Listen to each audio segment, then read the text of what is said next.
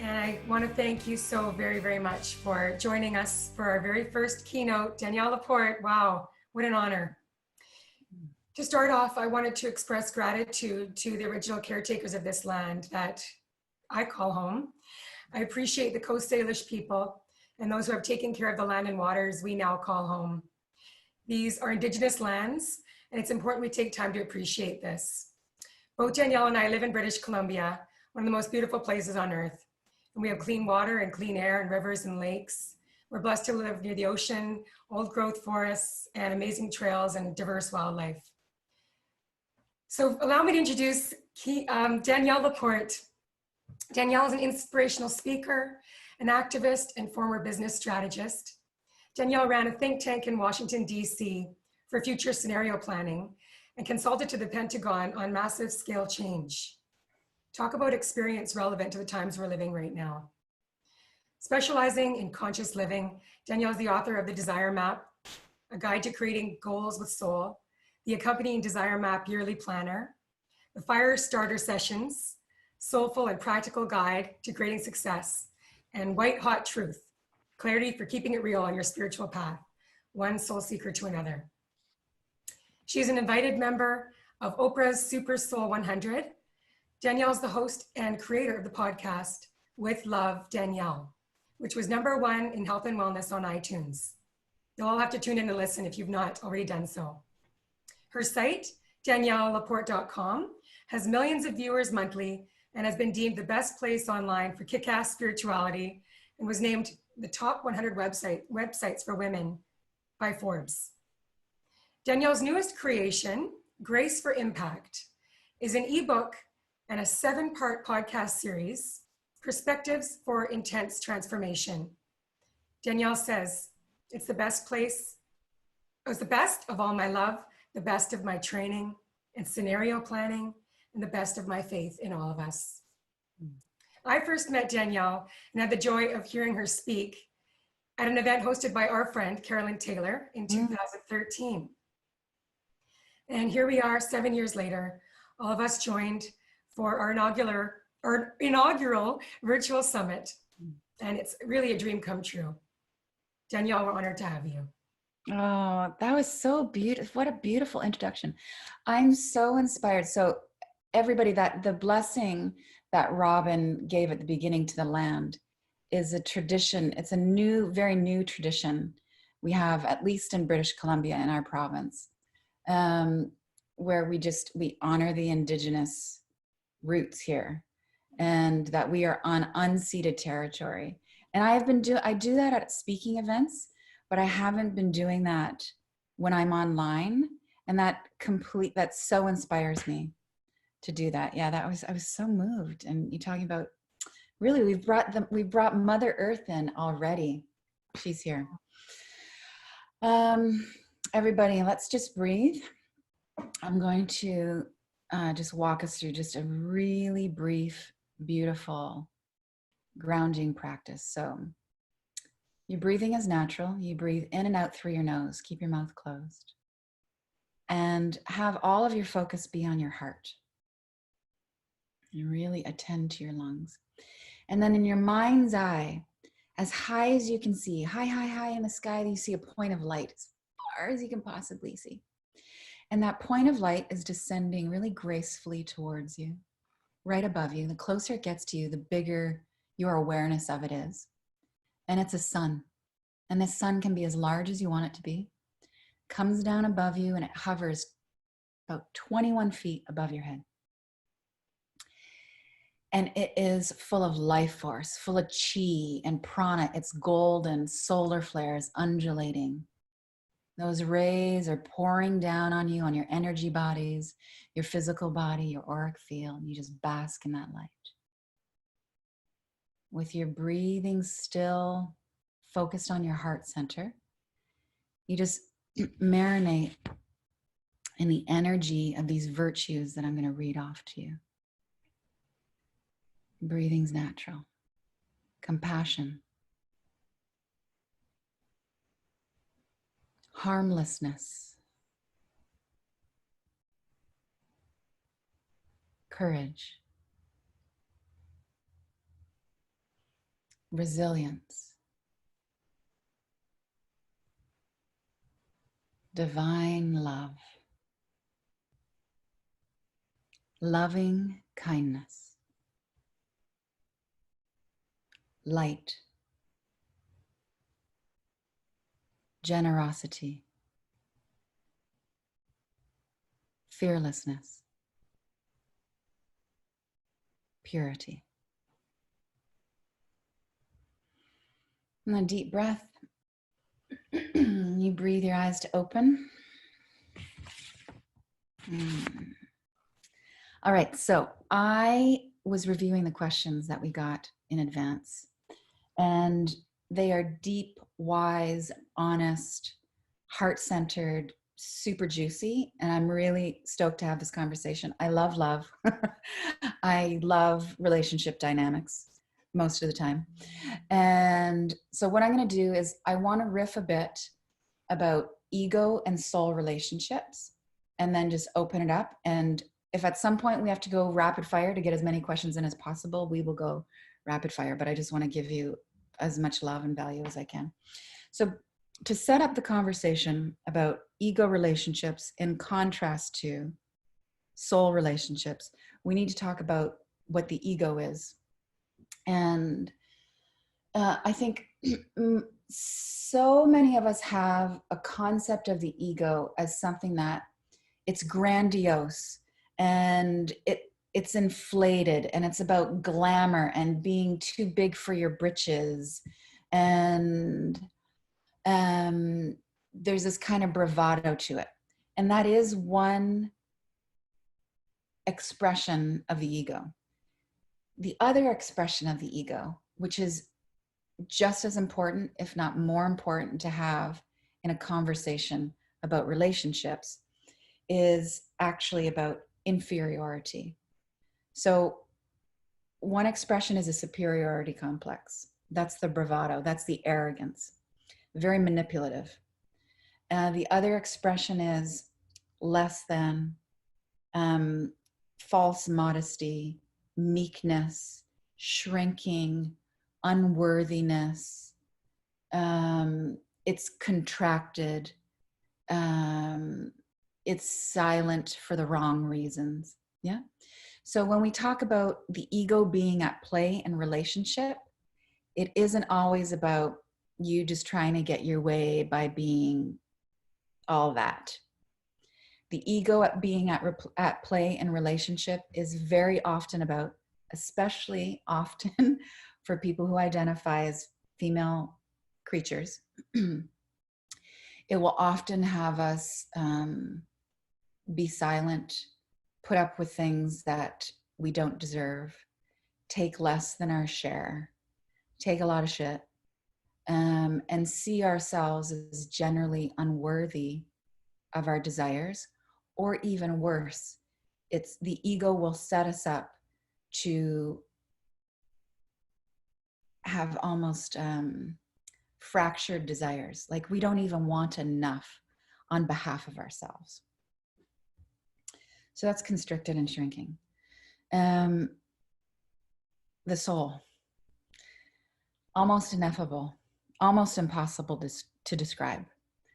The soul is your true nature. It's your God self. It's your higher self. The soul is the stuff of the infinite. Your soul is your piece of the flame, of the fire that is source, that is creation. Pick whatever word, whatever concept, whatever ideology works for you. Let's just stick with soul, higher self, relationship to God. My experience is that that's the true reality, and that my joy comes from facing, embracing, being aware of my higher self. When I am aware of something that is greater than me, so ego is little self, right? Soul is higher self. When I'm in that awareness, when I'm aligned with that, the experience is joy. I feel creative, I feel lit up, I feel vitality. I know that in being, in facing my own magnificence, that I am putting myself in a position, I am in the flow, I'm aware of flow, I'm aware of prana, and I've put myself in the prime position to be divinely guided in all that I do, so that I will show up as my whole self in relationship. I won't shrink. Doesn't mean it's always easy, does not mean that it won't require courage, but that I'll be in my truth, that I can be in integrity, that I won't, this is such an important concept in terms of relationship. When I'm aware of my greatness, I will not abandon myself. And this has been my personal experience in romantic relationships. So I identify as predominantly feminine, heterosexual. I love men.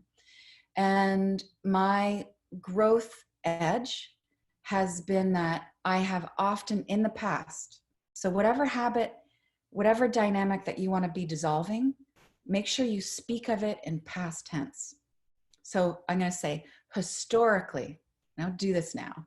Historically, I would abandon myself. What's that mean? It's like a nice poetic Jungian psych term. What it means is that I would put someone else's needs over the needs of my deep sensitivity. So me as a whole healed woman often put someone else's needs above mine, because that's love, that's compassion, that's companionship, that's dynamic. That's like, you need food more than I need food right now? Okay, I'm okay. You need silence, you need more attention than I need right now? I can give that to you because I'm whole and I'm healed and I'm dynamic and show up. But when I start putting someone else's needs over my most profound, sensitive, tender needs, the needs of my inner child, then I am abandoning myself. When I'm not getting enough sleep, when I'm traveling too much, when I'm being too silent, when I am not fully showing up, when I'm not giving my whole opinion, eating things I don't want to eat so that the other person feels comfortable, it's just fucked up and codependent. And your deep sensitivity will suffer. And when your deep sensitivity, your inner child is not getting attention in a relationship, she, he, they will start to speak to you in very clear ways that you're going to hear if you're paying attention. Speaks to us in anxiety, in an increase in fear, in confused thinking.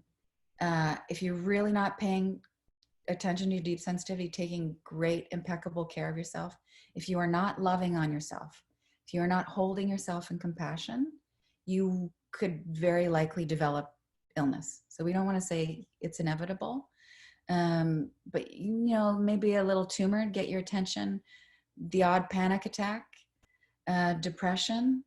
So those are all results of the consequences of not loving on ourselves.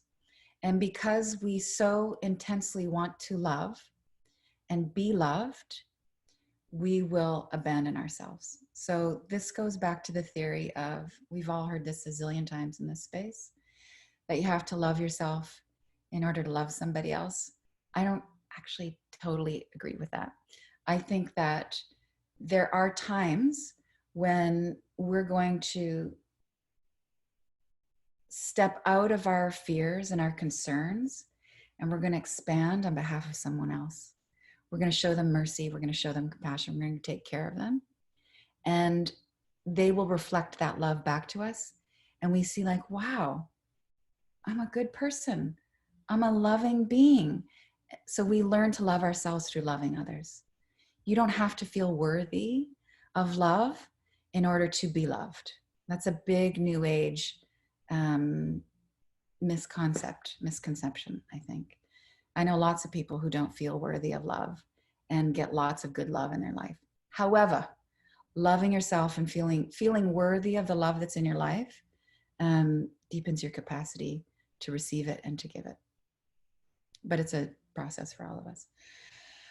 What else do you want to say about soul, ego and soul? Okay, so ego relationships will also often set up the dynamic where one person is inferior, the other person is acting superior, And in that, there's lots of manipulation.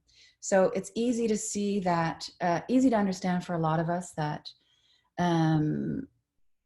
someone who's got that big ego and is in arrogance and sort of dominant mode will be manipulative. It's really important to see that sometimes when we are playing the role of the inferior person, where we're letting our ego tell us that we are not worthy of something, so we start to shrink, that shrinking and that withholding of our light, of our opinions, of our needs is actually a form of manipulation. I'll boil this down. Sometimes you're with people and they speak more softly in the conversation than you do. Sometimes why they're doing that is to get you to lean in, to get you to stop and pay closer attention to them. It's a gimmick to get love. So being the weak person is not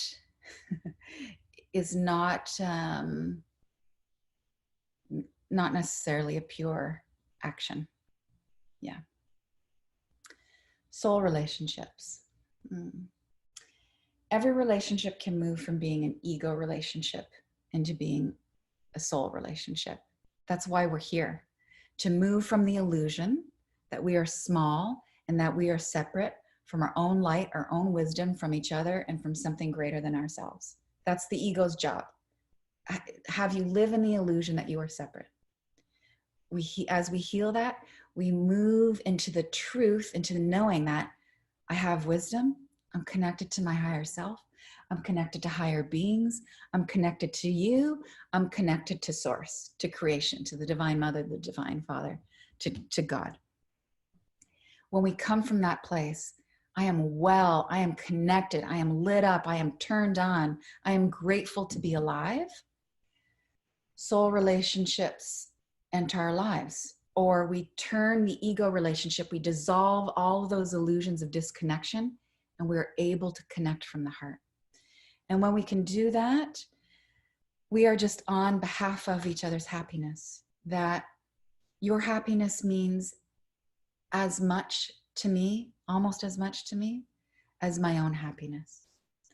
That when you are aware of your own expanse, your relationship with your soul, you are naturally inclusive. The heart space is inclusive. When you are in the space of love, when you are flowing with the life force that is love, you have space for your shadow. You have space for all the shitty stuff you've ever done. You have space for insecurity, your arrogance, your fear, your shame, all the embarrassing things you've ever done, everything you're afraid of. You just love. I see all that. I see it with compassion. I see it with love. Yeah. And I have space for my light and my brilliance. I am magnificent. I am the queen of my mandala. I give such good love. Just breathing is a contribution to the collective. Yeah. So when you're in that inclusive space with yourself, you're inclusive of the other person. You have space for them. You have space when they screw up. You have space for their ego. You have space for that dream that they are still chasing, that you as their partner know they need to let that dream have its expiry date. The feminine so often knows what's best for the masculine. And the dance is to just hold space, to let them unfold, because the dance for the masculine is to hold space and let you unfold. And a soul relationship creates a lot of safety. So let's talk about transactionality. Ego-based relationship, you are going to make me feel better about myself. You are going to fill that perceived hole in my soul, you are going to make me feel worthy. And I'm going to do the same for you. You keep making me feel worthy, I'll keep making you feel like you're worthy. That's a transaction. Let's be internet friends. Let's be kind of celeb blogger friends. And because I have a book coming out, and I know that you're going to do good things for me, but I love what you're up to. And you may genuinely love what that other person is up to. You may genuinely adore who they are, but we know when we're being transactional. We know when we're calling someone because we're lonely. We know when we're dating someone because what else are we going to fill the time with? Because loneliness is terrifying, because stillness is really terrifying, because it brings you face to face with all the stuff in the shadow and all the wounds and all the trauma and all the times where you didn't get loved in the way that you implicitly, eternally deserve to be loved. But you're not going to get that from other humans. You're mostly going to get it from yourself and from your connection with the divine. And when you get it from other humans in relationship, it's just a celebration. It's just reciprocated love is, well, it's just a gift. Yeah, it's a miracle. It's really a miracle. Okay. I'd say that's a pretty good setup for relationship dynamics and self-love. I'd love to talk a little bit more maybe about shadow work and inner child work. Everybody who's here, you can hang out until the end, or I'll just tell you now, but you should hang out to the end because we're going to give you the link. I'm gifting you with the Love and Radiance meditation kit that's on my site. It has everything to do with restoring your relationship with your inner child and your deep sensitivity.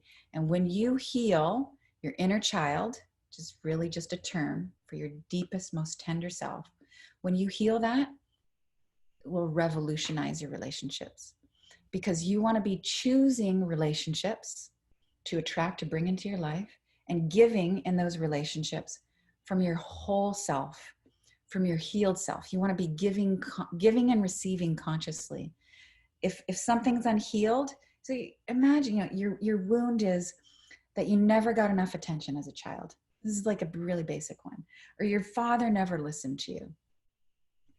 If you don't heal what that behavior created, that my father never gave me the attention I wanted, therefore I'm going to draw the conclusion when I'm 8 years old that I'm unworthy. But I'm still, what's familiar is very comforting. So I'm going to keep bringing in familiar stuff. So familiar stuff, because it's comforting, is going to be people, bosses, friends of all genders, relationships of all genders who don't pay enough attention to me. It's, oh, that's kind of perversely comforting because I never healed this wound over here. If I heal this, look at how much it hurt. Look at where the pain came from, the hurt that they were in to cause me the hurt, my role in the hurt, my misperceptions, how it affected my behavior. I heal that wound. And the other side of that is so worthy. I am worthy of love, whether you see me or not. I see me, and I bring into my life people who see me. So that's wholeness, healed, whole, and I know where my scar is. So I show up in relationships and say, look, I used to have this wound. I spent so much money in therapy working to heal this wound. And it's this thing about people not seeing me, not listening to me, not being on time, not being of their word. So I'm just going to be upfront about my old wound right now, because if you're late, I might wig out. But I've done a lot of work, done so many workshops. I went to this summit, this Real Love Ready summit, and Laporte showed up and helped me heal this just a little bit. So if you're late, I'm not going to freak out, and I'm not going to get all avoidant and weird, but I might. Yeah.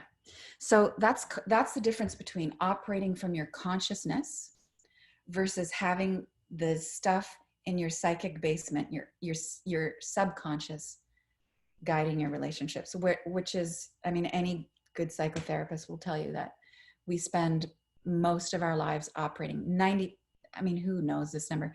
95% of our behaviors come from the subconscious.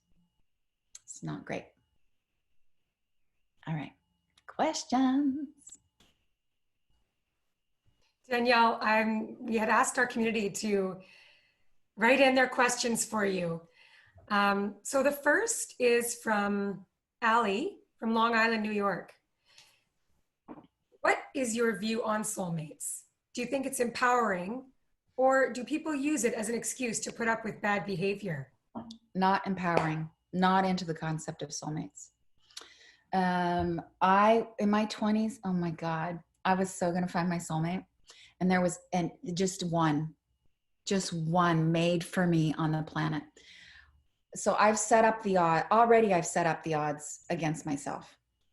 It's what A Course in Miracles would call a special relationship, that we're looking for something special in order to make us feel special. And it's inside out and it's twisted. It's a recipe for disaster. I think the one is the one because you intentionally, with your whole heart, consciously, from your healed self, say to them, you're the one. You have free will. That's the part of the healing. Realize you get to give and receive love in the way that you want to give and receive it. So, not into it. I'm into devotion. I'm into commitment, big time. I'm into the power of a vow. Not into soulmates. Hope that's helpful. But if you want to call someone your soulmate, like I think my kid is my soulmate because we just like so groove. But there isn't one. And when you think about manifesting for a second, if you're saying to life, bring me one lover, bring me one committed partner. How about bring me 900 options and I'm going to choose the best one from that. Yeah. Love that. I have a question from Krista in Calgary. How do I release, detox the tangible items from a relationship? 29 years of greeting cards and letters, pictures, wedding dress, jewelry, mattress. I would like to be responsible to Mother Earth in this process. Listen, I am a huge deleter. I'm a burner. I'm a giver awayer. I'm a tear it up. I'm a donate it. I'm a thing. Let me tell you, I'll use myself as an example. Every 10 years I burn my journals. So I go through, I look for the good ideas. Like if I have book ideas and things like that. So I look for the creative ideas. I tear those pages out. I put them aside. I transcribe them. And then I just have the biggest fire ever. Gone, goodbye. If I'm not ready to get rid of a journal, like when I was in the midst of my divorce, this is the thing about divorce. You always feel like you're in the middle of it. When I was in the middle of my divorce, anything painful, anything I wrote about my ex-husband, all my therapy sessions, all the processing, that was all interspersed with like ideas and things and my next book and all that. I went and tore out all the pages that referenced the relationship and I burned those and I just kept my creative ideas. I gave my wedding dress away to someone who I wore red for my wedding, and this beautiful shaman-like healer woman was like, I'm looking for a red for the earth. And I just like, I have a dress. Why I have my wedding dress? You can have it. Bless and release. Bless and release. So this is really important. And this is really the through line of the relationship nourishment and the relationship releasing, all this content, which is the releasing can only fully happen if there's a blessing. It's not like good riddance, goodbye. It's like, I bless you for all that you taught me. I bless myself, my higher self, my lower self, for the growth, for everything that I learned, everything that came to my life. I see you as your most optimal self, and I bless you. I wish for healing for you, which can be a bit of a curse for someone, because we all know. You're like, I've done this with people. I know. My prayer is that you heal. And then I kind of have to turn away because I know that the healing process for them is going to be difficult, but they got to go through it. So let it go, let it go, let it go, let it go, let it go, give it away. Things only have the value that we give to it. Money only has value. Gold has it because we say you are valuable. Take the value out of it, bring it back into you. Peace out. Love that. A question came from Ivy in Vancouver. And I know you touched on this during in the beginning, Danielle, but I just wonder if you could give a little more clarity on, can a soul-based relationship later develop into an ego-based relationship? Oh, yes, that's the question in reverse. That's a great point. So clearly we can evolve something crunchy and dark and constricted and not that evolved into something beautiful and connected and intimate and enduring and love. And I want to say another thing there, that's what we come to do. So you can have a soul relationship with someone who's like kind of shown up at the current time as a bit of a loser in your life. Like, why do you not have your shit together? But you're feeling the love and you're holding space for them. And they, through your commitment together in love, they're going to come into their fuller self. Can you regress?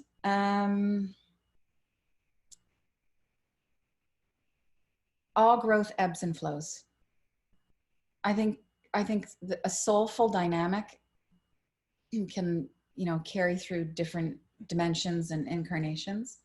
But I think tragedies happen and people screw up and become intolerable in a lifetime and choose for a period of time to just slip back into their ego, and you might have to peace out. Yeah, but here's another thing. Someone can be operating from an ego level and you can be operating from your higher self, from your soul. Yeah. There's a lot of, we got a lot of questions about when do you know it's time to go? Let's answer that. I believe that you earn your way out, and that you really, if you made a vow, all vows are breakable. And a vow for forever, if it's not meeting you, it's time to go. Like, why? It's not about not suffering, but you don't want to do anything destructive. There's pain, and there is heaviness, and there is fear, and there is terror, and like there is hardship in all relationships. But that container, that soul container, is not meant to be destructive to you. I mean, I've gotten into some really destructive relationships because just hadn't healed stuff before and just chose from that small little shrunken place. So attract someone just like painful. But back to when you know to go. For me, you tried everything, and the decision feels peaceful. It doesn't mean, so you can have the awareness like, I'm going to end this. I'm ending this relationship. And everything in your body says, yes. You feel relieved. You feel expanded. That's peace.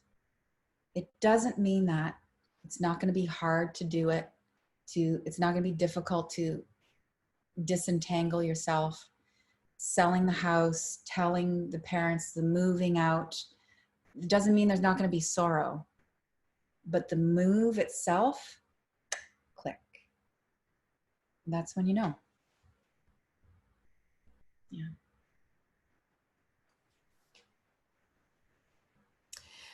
A question from Helen in Vancouver. How do I support and encourage my partner to love with his soul? You love yourself impeccably, and you will model it for him. And that, I mean, that actually creates that self-love creates a radiance. I mean, it's scientifically proven. There is an electromagnetic field that you pound out. By the way, did you know that the electromagnetic field that is measured off of the heart center is 5,000 times stronger than the electromagnetic field from the brain? So your feelings and what you radiate out from your heart chakra is way more defining for your life than what you think. Yeah. And your thoughts affect your feelings and vice versa. But you could beg him. You could beg him. And you could also, I think this is the beauty of encouragement. I think so much of the function of a relationship is to witness, to be a stand for someone's higher self. Like, and especially, I mean, we all need this. We all need this, but I really see this in a masculine, feminine dynamic where, you know, just let him know that of the sun that you see inside of him. I see your greatness. I know it's there. Like, I see your greatness in real time. You just have to praise the fuck out of men. And from that genuine place, there's so much to praise. Listen, when you get out of your own way, when you don't listen to the ego, like, oh, if I love him, if I praise him too much, if I tell him he did too much of this, then he's not going to fix that. Stop that. Just love now, love without haste, give freely, and you shining your light on him will wake him up to his own light. Yeah, I think that's been my experience with everybody, with my girlfriends, with my son, with former partners. Yeah. Yeah. Love without haste. Yeah. Allie from Long Island, and we talked about retrograde this morning when we got on this call this afternoon, is asking, I know a lot of planets are going retrograde this week. How will this affect our relationships? And what do you suggest we do with this shift in energy? Okay, I love this question.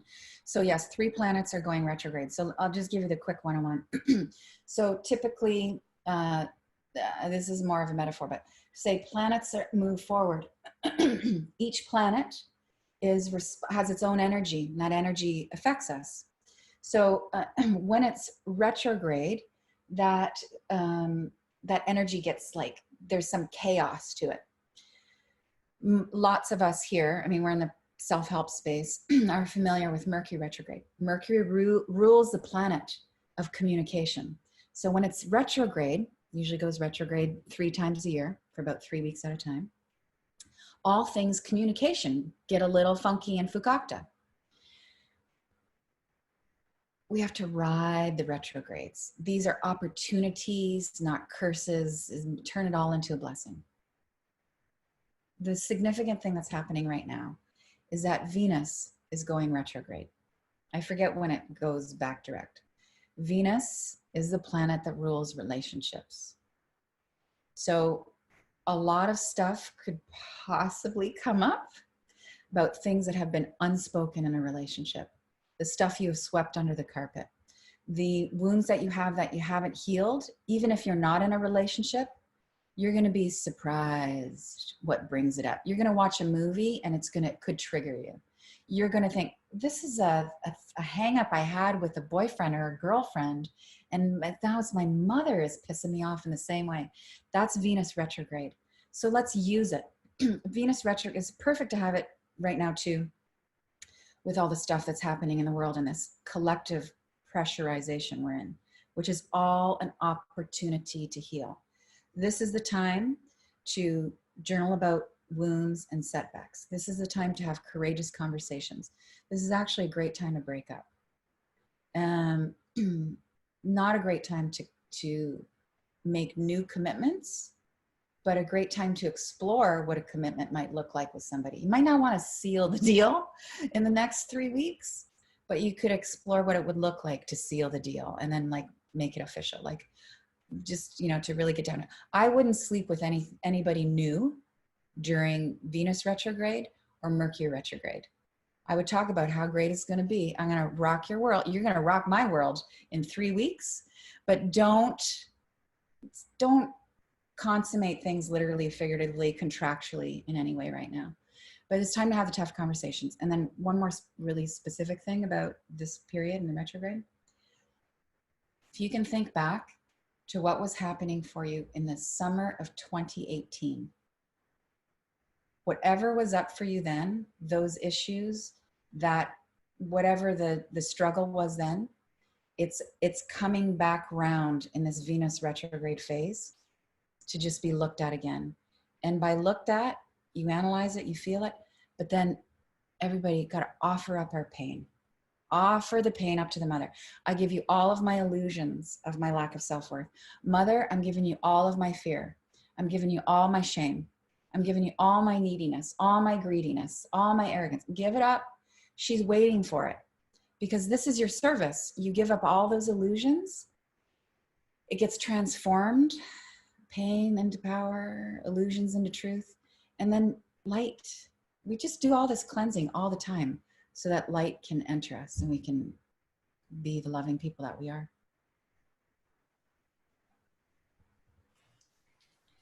Erin from Washington, D.C. is asking, what guidance do you have for those who have walked away from a relationship and are questioning whether or not they made the right decision? Oh, yeah. I know that one. I'm a goer backer. I married the same guy twice because I'm so loyal. Yeah.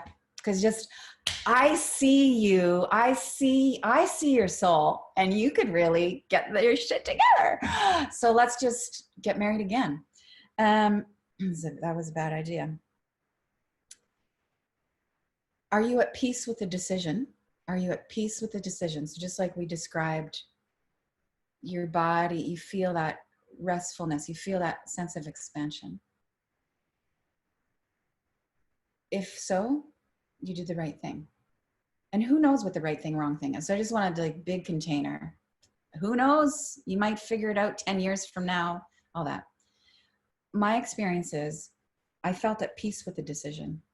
My decision to leave the first time felt so right in my body. I was just like, oh, there was an alleluia. But the pain that came from the disentangling was almost too much to handle. And I brought it and I got back in. It was actually a booty call. We were separated for a year and I just one more time. And you can get over me and I'll get over you. And like 2 weeks later, we bought a house. Like, bad. Yeah. I wished I would not have gotten, like, I have no regrets. I think there are no mistakes. There's just, but I think I couldn't be with the agony of all the pain that I had to sort out. And so I wanted to numb the pain, and I thought he would numb the pain. We also had a child, and I really want to give my child a family. Please, I'm going to beg you right now, don't stay for the kids. If you are in an abusive situation, if your body and your soul is saying, this is damaging, this is wrong, and then you look at your children and decide to stay for your kids, don't. Because you are modeling for them, even though you can be all cool and together and nice, one of my least favorite words, nice, on the surface, doesn't matter, they feel it, they know it. Go and get healthy and vital and lit up and in your free will, and you are showing them how to create their lives. Don't stay for the kids. But if you want to stay for the kids, stay for the kids. It's your life. I know, it's like, really, I don't know what your karma is. Yeah. Sylvia from Toronto asks, I can understand giving forgiveness and offering blessing to someone when we hold resentment towards them. But what about when we hold resentment or bitterness towards the universe or God and how something turned out in our lives? Do we forgive and bless the universe? As strange as that feels to say. Well, God shows up in relationships. This is why we're all here. This is why there is a summit about being ready for love, because it's the closest to God. It is a means to God relationship. And it's why we're so crestfallen and devastated when they don't work out, because we wanted to go home. We wanted to rest in love. And we, of course, we learn to rest in love in ourselves and with our relationship to the higher, and then we really get to rest in love in partnership. But so why don't you just have an honest conversation with God about how pissed off you are and see what life says to you? Bring everything to God. Another way to say that is bring everything to the heart. I mean, this is really why I exist. Like, just bring it all to the heart. So like, we breathe into our heart. We put our visions of our future into our heart. We bring all problems. You're worried about your weight, bring that worry to your heart. You're worried about your health, bring it to heart. Worried about the relationship, bring it to your heart. This is your intelligence here. It's just we localize it, but bring that, have that conversation from your heart with God. I'm angry. I feel forsaken. Why have you dealt me this deck? And just be honest. Be this naked prayer. And watch what happens. You will soften and you will see blessings. Yeah. The next question is, I'm hearing from the personal development community that chemistry is a sign of trauma bonding. Yeah. Do you agree that chemistry means you're bonding over trauma and are doomed to repeat trauma cycles with that person? What are your thoughts on chemistry? Can it be cultivated? Is it something to stay away from? Both are true. It's just on a spectrum. So it's like you can have chemistry in an ego container. You can have chemistry in a soul container. I've had that charge with people where I just like, I'm gonna marry that guy. It's just so hot and everything is firing. And my shrink was like, whoa, like this is going to turn up. Like, get ready, because you're just going to walk through the fire on this one. She was right. Which just should have been like, it's firing off all of my unhealed stuff. And I so want to heal it. And I so want the Band-Aid, and I want the tincture. Like, anybody could look hot if you want to get healed that badly. Anybody. like, you know. So there's that. It doesn't mean you should stay away from it. Maybe you should go into it with eyes wide open, with your therapist on speed dial, with all the tools that are here. Just like, why am I so attracted to this? And I think you can short circuit a painful relationship. Like if you're just like, I'm gonna explore why this is so charged. And if you can do that consciously, maybe you don't have to drag that out and marry that person and be arguing over your wagon wheel table 10 years from now. You just be like, get the lesson in 6 weeks and get out. Now, soul relationship. Oh, listen. Yes, chemistry. Yes. I mean, I've experienced that with people and it was healthy. And just like, I know you. I see you. What a match. What a gift. The attraction was like, it's so magnetic. And I wouldn't want to stay away from that for anything. Yeah. Nat from the UK is asking, there's a saying that goes something like, paying for your mistake is justice done. Paying for it over and over again is injustice. What advice do you have for those who suffer from years of self-imposed guilt for their mistakes, actions in their past relationship? Well, there's two questions in this question. So one is about mistakes and one is about repeating lessons. So everybody here can raise their hand twice that same lesson again. You're just like, that one, I thought I got that one in the last, again, here it is. Oh my God. And it'll keep coming around until you get that all cleared up. So there's that. Also, I think you will see patterns. So let me think of a pattern. We'll go with the same theme, the father. So you have a pattern of, you used to attract relationships in your life of people who didn't listen to you. Just never felt listened. They're not an engaged listener. And it'd be like a lot of it in one relationship or another. It would show up with your boss. It would show up with your doctor. Show up. You heal that wound. You realize, I'm so beautiful. I'm going to bring better things into my life. So that happens less.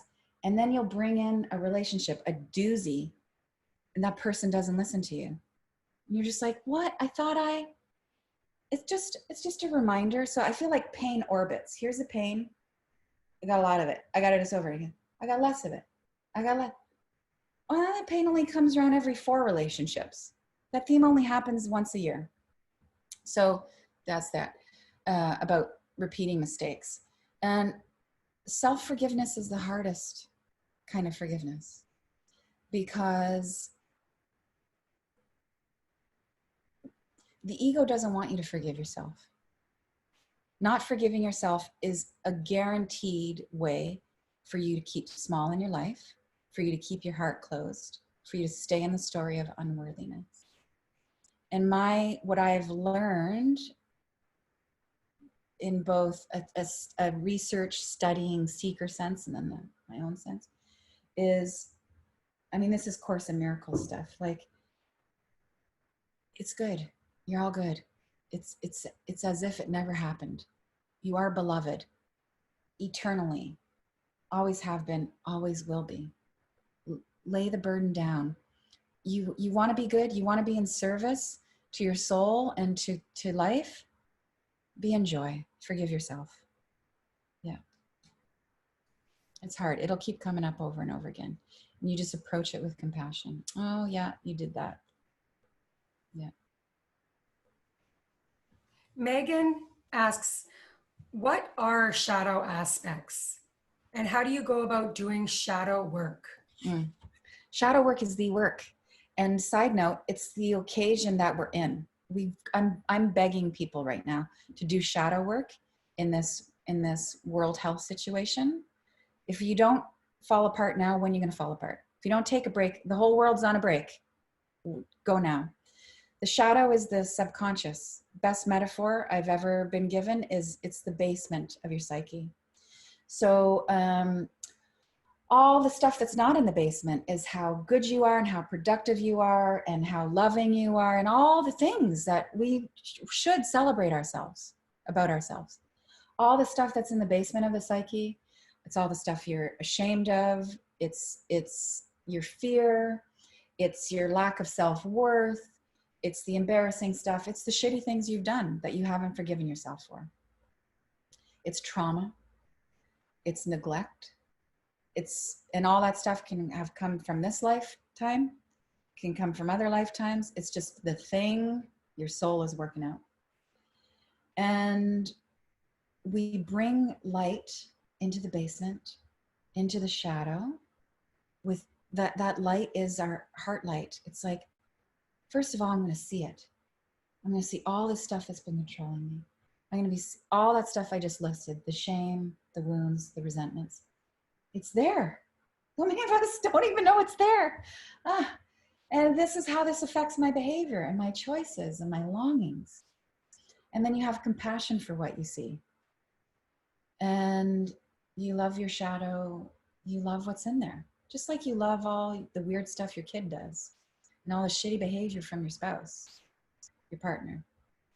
And what you'll find is that what's inside in the dark, what's buried in there is your power. So your shadow isn't, I used to think my shadow was my manipulative evil twin. And that shadow work was about berating her. Like, you need to be a better person. That's not what shadow work is. Shadow work is, I see in there, if I just go into the wound, there's my consciousness. I become a healer. You find out how amazingly strong you are, how beautiful you are. You're gonna find out how loving you are. And you can love the worst parts of yourself. Wow, you're magnificent. Yeah. Yes, Jess is saying the cure for the pain is in the pain. Yes. You can love yourself like an unconditional mother, right? Yes, that's it. Don't you, I mean, you know this, Robin, like so much, everything I've learned about love, the best parts of love, or about my relationship with God is how I mother my child. Pretty much unconditionally. Yeah. We've got time for one more question, Danielle, from Laura in Toronto. How to overcome fear of relationship? Every time I have a chance to get close with potential partner, I experience fear and discomfort and end up going away with thoughts that he is not what I'm looking for, maybe because of my childhood. And at the same time, I feel very lonely and I want real love in my life. What should I do to fix it? Well, I would remove the word fix it and insert create. How can I create that which I desire? So step one, do the shadow work, look at your wounds, love on your inner child. You start to love your inner child, eat when you're hungry, sleep when you're tired, love, compassion, gentleness. 5 things. Sounds so silly. Change your life. 5 things you're going to do every day that are delightful. They can be so simple.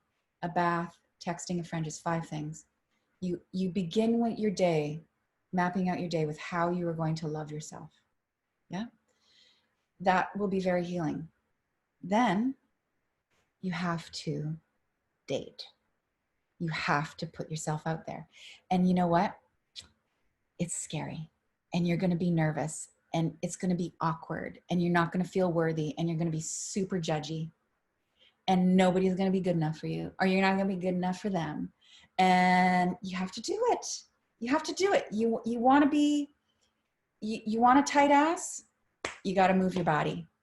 You want love? You want to, listen, we'll get super personal. I'm so real love ready. This is what I'll tell you. If we ever get on stage, Robin, I'll tell you, I am so real love ready. I am full. So much has been healed.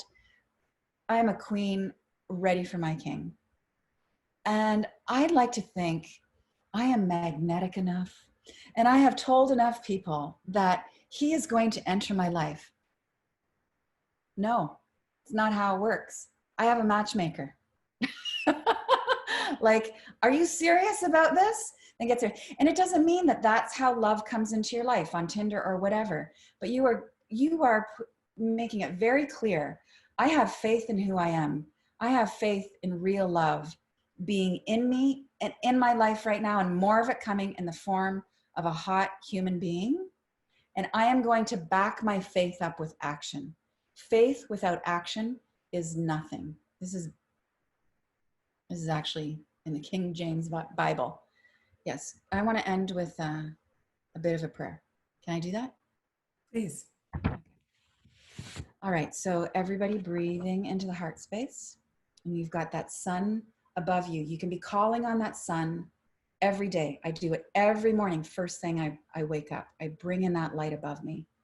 And whenever I need to feel nurtured or connected or to show up, I realize that sun is shining above me. You breathe into your heart and you just take these words in. You repeat after me, either out loud or internally. I build all relationships on the ground of my devotion to truth. I'll repeat all these twice. I build all relationships on the ground of my devotion to truth. I nurture all relationships by cultivating heart virtues. I nurture all relationships by cultivating heart virtues. I sustain all relationships through forgiveness. I sustain all relationships through forgiveness. I restore all relationships with hope. I restore all relationships with hope. And lastly, I renew all relationships with faith. I renew all relationships with faith.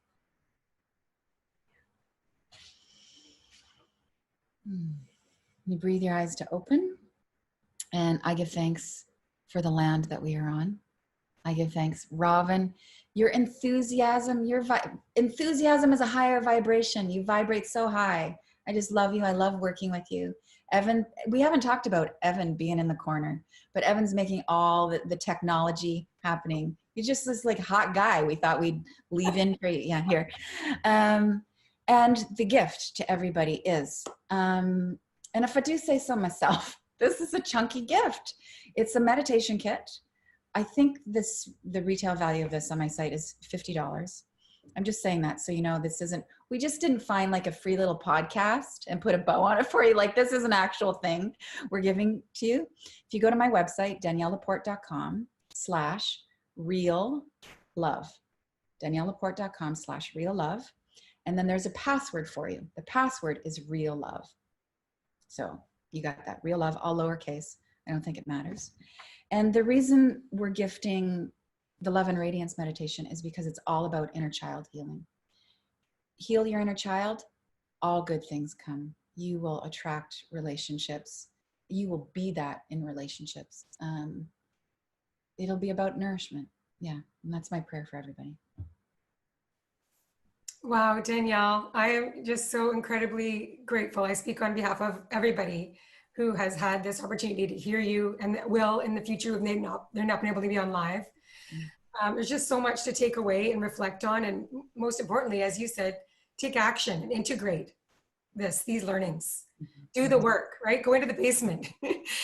Mission behind this summit has been to be a vehicle and a conduit of positive shifting within us so that we can each create more love in the world. This is what is so needed at this time. And Danielle, on behalf of us, I want to thank you for your generous gift, also of the nurturing relationships and releasing relationships guided reflections that we've all had access to this past week. These reflections gave us opportunity to slow down and focus on our healing. And this is the deep and powerful work. So thank you. Thank you. And really, I do want to thank you for your awesome dedication to humanity and to the planet, for your mission of spreading love and awareness in the world, and for your leadership, your commitment to being heart-centered and teaching us to live from our hearts. The world is truly a better place because of you. And my closing blessing to all of us is a quote from Danielle herself. May everything we do on behalf of love. Multitude of blessings. Blessings. Thank you. Good night, everybody. We'll see you back in the summit tomorrow. Thank you, Danielle. Thank you. Thank you, Danielle.